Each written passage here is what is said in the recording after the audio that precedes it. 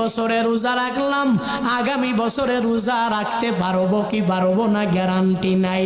এই জন্য তো বান্দা নামাজ পড়বে মালিকের সন্তুষ্টি পাওয়ার জন্য।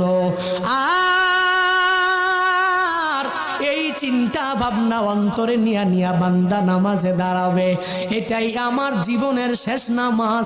ফজর পড়লাম, জোহর পড়তে মনে হয় পারবো না, জোহর পড়লাম, আসর মনে হয় পড়তে পারি কিনা গ্যারান্টি নাই, আসর পড়লাম, মাগরিব পড়তে পারি কিনা গ্যারান্টি নাই, মাগরিব পড়লাম, এশা পড়তে পারি কিনা গ্যারান্টি নাই।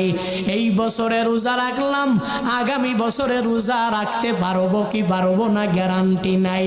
এভাবে বান্দা যখন তার নেক আমলগুলো করা শুরু করবে, তখনই বান্দার অন্তরে খুলুসিয়া তার মালিকের সন্তুষ্টি পাওয়ার খেয়াল চলে আসবে।